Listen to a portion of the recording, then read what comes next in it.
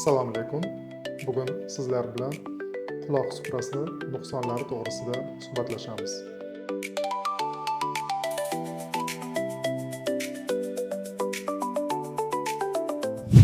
Mikrotiya bu quloq suprasining turli darajadagi shakl hamda ko'rinish jihatdan shakl buzilishi bo'lib hisoblanadi va bu asosan tug'ma bo'lib hisoblanadi.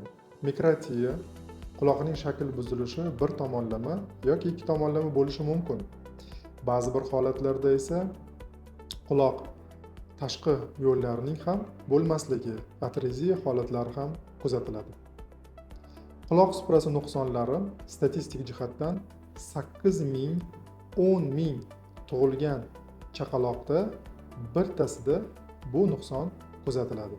Mikrotiyaning, ya'ni quloq suprasining nuqsonlarining kelib chiqish faktorlari asosan 3 ga bo'linadi.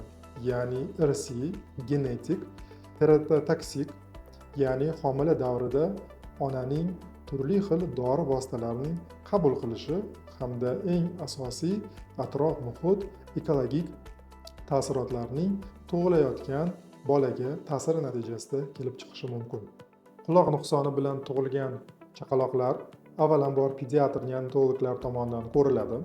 Chuqur tekshiruvlar amalga oshirilib, shu yo'nalishdagi mutaxassislar taklif qilinadi. Mutaxassislar fikri hamda tavsiyalariga ko'ra bolaning yoshi hamda quloq nuqsonining shakli va og'irlik darajasiga qarab qachon jarrohlik amaliyoti amalga oshirilishi aytib o'tiladi. Quloq suprasining shakl buzilishi og'irlik darajasiga qarab Marks klassifikatsiyasi bo'yicha 4 turga bo'linadi. Bu yengil darajadan og'ir darajagacha amalga oshadi. Quloq suprasining lokalizatsiyasi bo'yicha chap quloqda hamda o'ng quloqda yoki ikkala quloqda ham shakl buzilishi holatlari kuzatilishi mumkin. Bir tomonlama quloq shakl buzilishlari 83% gacha bo'ladigan bo'lsa, ikki tomonlama quloq suprasining shakl buzilishi 17% gacha kuzatilishi mumkin. Bir tomonlama quloq shakl buzilishlari asosan chap tomonda kuzatiladi. Bu turdagi patologiyalarda qanday tekshiruvlar amalga oshiriladi? Avvalambor otolaringologlar hamda yuz jarrohlari bilan birgalikda audiometriya, kompyuter tomografiya usullari amalga oshiriladi. Agar jarrohlik amaliyotini o'tkazishga ko'rsatmalar bo'ladigan bo'lsa, qonning biokimyoviy tahlillari, EKG, fluorografiya hamda bir nechta tekshiruv usullari amalga oshirilib, anesteziologik ko'rsatmalar to'liq amalga oshirilgan holatda jarrohlik amaliyoti o'tkazish mumkin. Davolash usullariga keladigan bo'lsak, hozirgi zamonaviy yuz jarrohligi, plastik xirurgiya, otolaringologiyada atoplastikaning juda ko'p usullari mavjud. Eng asosiy usullar bo'yicha o'z fikrlarimni aytishga ijozat bersangiz. Birinchi usul standart hamda juda keng qo'llaniladigan usul bo'lib hisoblanadi hamda quloq shakli buzilgan sohaga qovurg'a tog'aydan olingan tog'ay yordamida shakllantirilgan quloq suprasi yasaladi hamda teri ostiga cho'ntak shaklida joylashtiriladi. 6 oy, 8 oy o'tgandan so'ng bu joylashtirilgan quloq suprasi yana qayta qovurg'adan olingan tog'ay yordamida ko'tariladi. Ko'tarilgan sohada yara yuzasi hosil bo'lganligini inobatga olib, tananing turli sohalaridan, qorin yon yuzalaridan, bilak, chov sohalaridan erkin teri ko'chirish yordamida demak jarohat usti yopiladi. Keyingi atoplastika usullari hozirgi zamonaviy tibbiyotning juda bir asosiy qismlaridan bo'lib hisoblanadi hamda bu holatda tananing turli sohalarida jarrohlik amaliyotlari o'tkazilmasligini inobatga olib, tayyor yuqori zich polietilendan medpor yoki subpor usulidagi demak tayyor sun'iy quloq supralari quloq nuqsoni sohasiga qo'yiladi hamda chakka sohasidan hosil qilingan fatsiyalar yordamida bu sun'iy implant yopiladi. Fatsiya usti esa tananing turli sohalaridan olingan teri bilan erkin ko'chirilgan holatda yakuniy jarrohlik amaliyoti amalga oshiriladi. Quloq suprasini shakllantirishning keyingi usuli maxsus teri kengaytirgichlar yordamida usul bo'lib hisoblanadi. Quloq suprasi sohasida demak maxsus teri kengaytirgichlar o'rnatiladi va 3 oy davomida teri kengaytirgichlari maxsus suyuqliklar yordamida shishirib boriladi.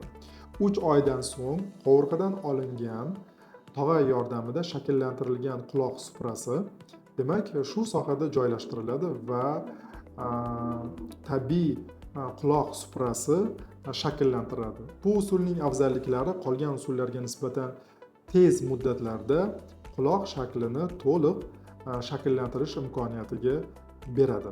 Bundan tashqari yoshi katta demak quloq suprasidagi nuqsoni bo'lgan insonlarda yoki ba'zi bir onkologik usuldagi quloq suprasi kesib olingan holatlarda yoki juda kuchli chandiqlar bo'lgan holatlarda bu sohaga operativ jarayonlarning umuman amalga oshirishning imkoniyati bo'lmasligi mumkin. Bunday holatlarda ham quloq suprasini shaklini qayta tiklashni imkoniyati mavjud. Bu usul turli xil silikon materiallaridan quloq suprasini sun'iy yasash hamda maxsus yilmlar orqali sun'iy quloq suprasini demak chakka quloq oldi sohalariga yopishtirish natijasida amalga oshiriladi. Bugungi kunda zamonaviy tibbiyotning rivojlanishi natijasida regeneratsion otoplastika usuli ham mavjud. Bu usulda tananing turli sohalarida qovurg'adan olingan quloq suprasi yasaladi hamda bu qorin bo'shlig'iga yoki peshona sohasiga, bilaklar sohasiga joylashtirib, demak bir necha oy davomida to'liq bu quloq suprasini qon bilan ta'minlanishi kuzatiladi. Bundan so'ng esa mikroxirurgik usulda tayyor bo'lgan quloq auto ko'chirib o'tkazish yo'li bilan quloq shakl buzilishi to'liq bartaraf etilishi mumkin. Operatsiyadan keyin quloq nuqsonlarini turli xil tashqi ta'sirotlardan, turli xil travmalardan asrash lozim bo'ladi. Chunki shakllantirilgan quloq hali nozik, hali tashqi ta'sirotlarga sezuvchan bo'lib hisoblanadi.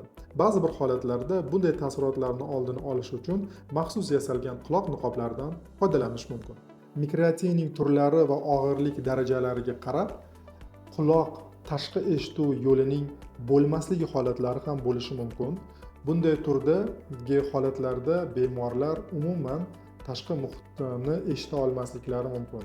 Bunaqa holatlarda maxsus neyrootolaringologlar tomonidan sun'iy quloq yo'lini shakllantirish amalga oshiriladi. Buning natijasida demak bemor eshita olish qobiliyatiga ega bo'lishi mumkin. Quloq suprasidagi muammolar bor bemorlar hamda ularning ota-onalarida shu tavsiyalarni bergan bo'lar edik. Mikrotiya bu yechimi bor xastalik bo'lib hisoblanadi hamda bunday holatlarda ota-onalar bolalarga juda chuqur dalda bo'lishlari lozim. Bunday soni bor bo'lgan bolalar jamiyatga qo'shilishi ba'zi bir holatlarda og'ir bo'lib hisoblanadi. Jamiyatga qo'shilishning asosiy bo'g'inlaridan biri maktab yoshi bo'lib hisoblanadi hamda bu turdagi holatlarda bolaning yoshi uning rivojlanish holatiga qarab 6-7 yoshda maktabga chiqishdan avval bu turdagi operatsiyalarni amalga oshirish mumkin. Hurmatli kuzatuvchilar, hurmatli ota-onalar, hurmatli shifokorlar, barchangizga sog'lik, salomatlik tilab qolaman. Rahmat.